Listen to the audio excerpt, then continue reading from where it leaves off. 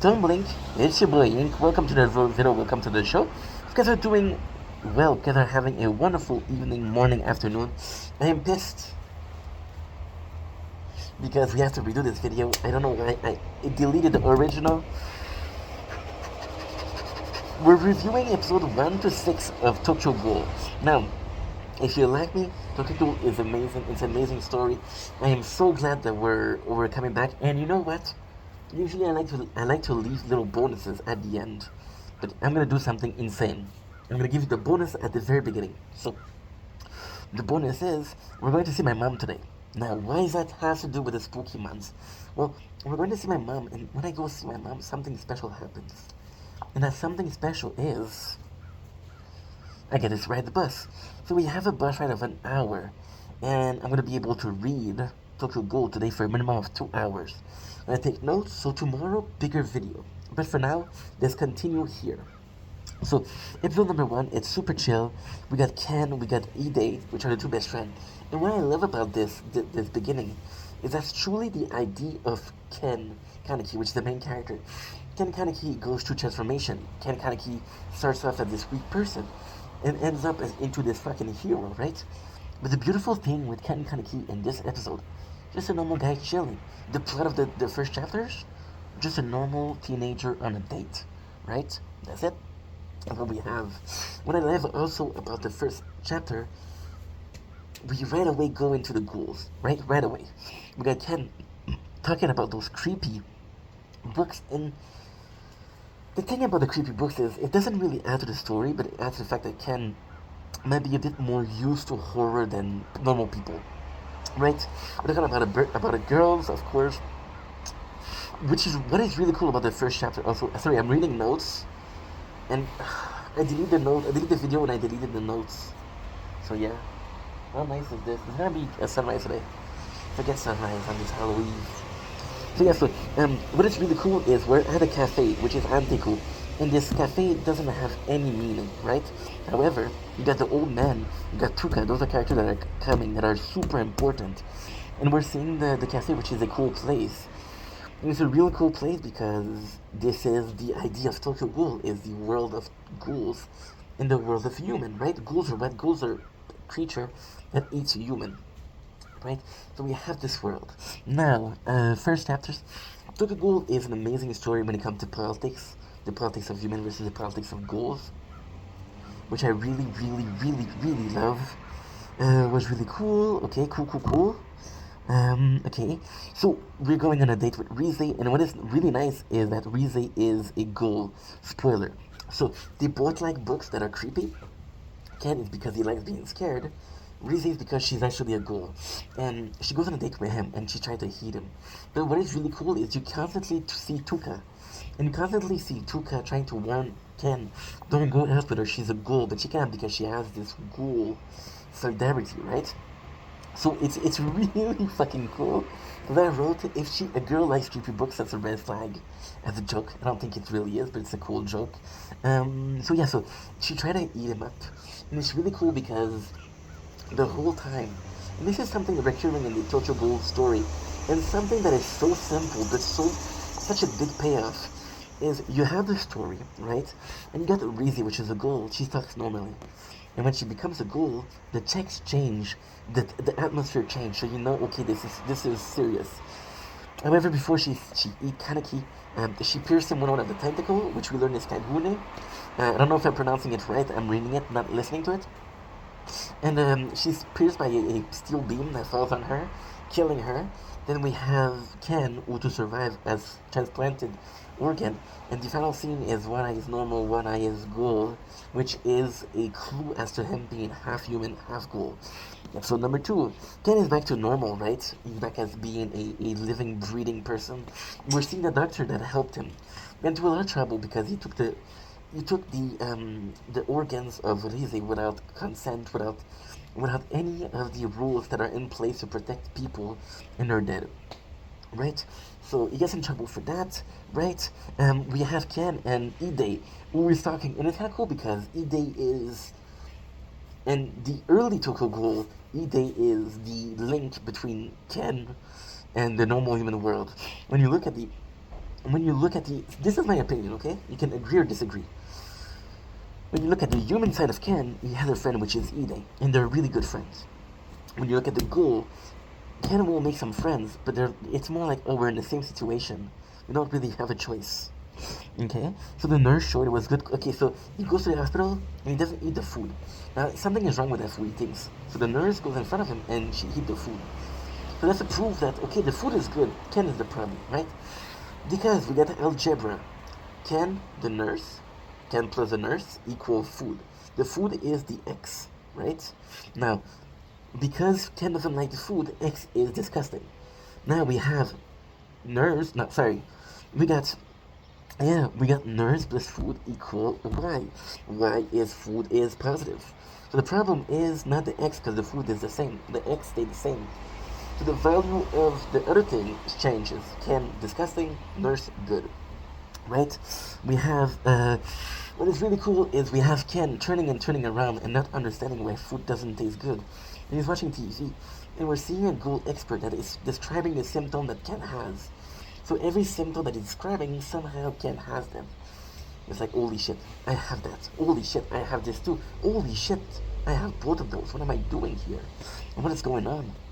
And I think this is a big reason of why we like Ken Kaneki. You got the good quality, cool. Okay. See Tuka get bothered. Okay, cool. So then Ken, not to think about it, something else, he goes out and he see Tuka gets annoyed by an old man. She's being like not molested but almost molested. So Ken's like, hey, let her out, let her go, which is strangely heroic for a shy kid. And then Tuka kills the old man and we see that she's a ghoul. Then in the third chapter, we're gonna go right away because my storage is full. I got 17 minutes. We're at 7 minutes. And I got 3 chapters to go, so let's fucking go. Because Ken refuses to eat the meat. Okay, so basically what happened is Ken... I don't understand how it's already chapter 3. We went so fast. Okay, so in the last one, it's weird because Tuka, she tried to give the old man, right? She was like, yo, you want a piece? Because she knows by the eyes that Ken is a ghoul. Ken's like, no way, right? And Tuka recognized him. How are you not dead? How are you not eaten? Right? Which is kind of crazy because she should feel bad for him. She could have stopped it, right? But she doesn't. And at first, I thought Tuka was an asshole. I didn't like Tuka at the beginning. But I honestly want to say, waifu-wise, my top 3, Tuka, Orohime, and... Can I get a drum roll, please? Asta from Sword Art Online. Yeah, so Kenny goes more hungry, doesn't know what to do. Because the epic scene, this is a scene that every single person that heard of Tokyo Ghoul knows. Is walking in Shibuya. Shibuya is what? Shibuya is one of the most busy streets in Japan. So Shibuya is super busy, and he passes that, and he's hungry, and he's craving food, and he starts to smell people, and they start to smell like food, which is again his ghoul sense taking over, right? So when he does, he really understands that he's a ghoul, and he's like, okay, well, if I take out the organ, I'm not gonna be a ghoul anymore. And it's weird because he takes a knife and does like this to get the organ out. I thought he was trying to analyze himself. I don't know why, but I thought of that. He begged Tuka to help. He comes to look for Tuka because he knows she's a ghoul. Please help me, I don't know what to do.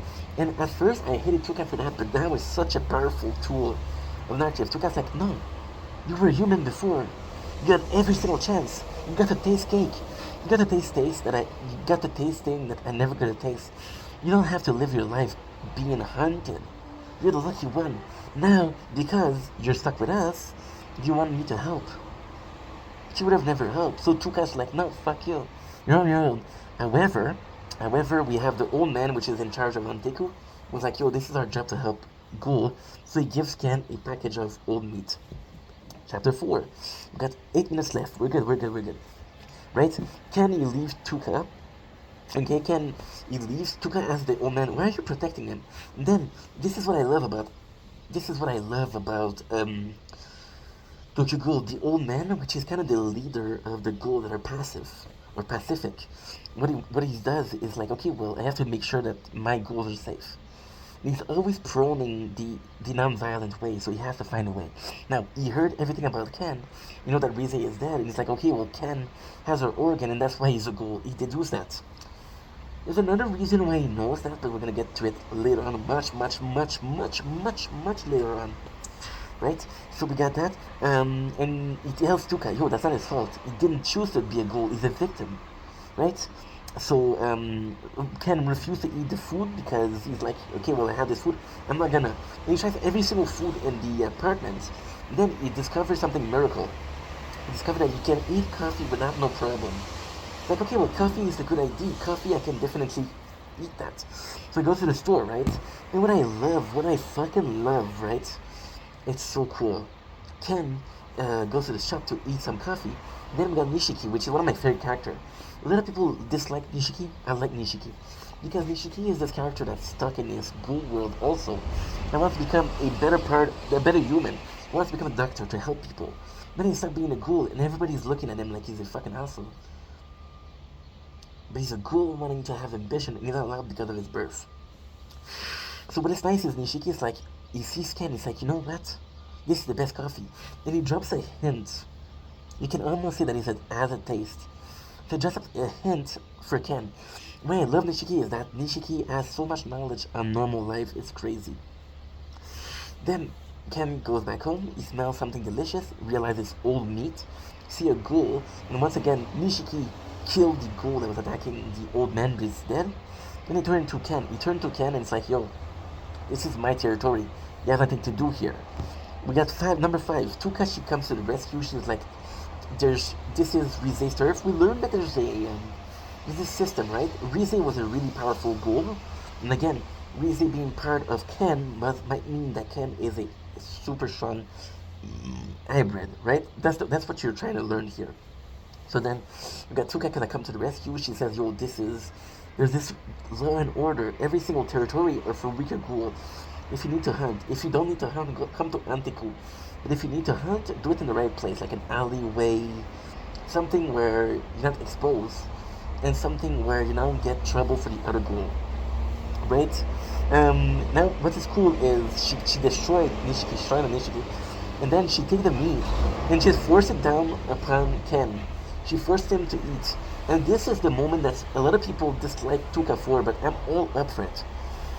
I think it's great storytelling because Tukashi's like, okay, well, Ken, you have to realize you don't fucking understand that you're stuck in this ghoul world. You don't understand that no matter what you do, you're a ghoul.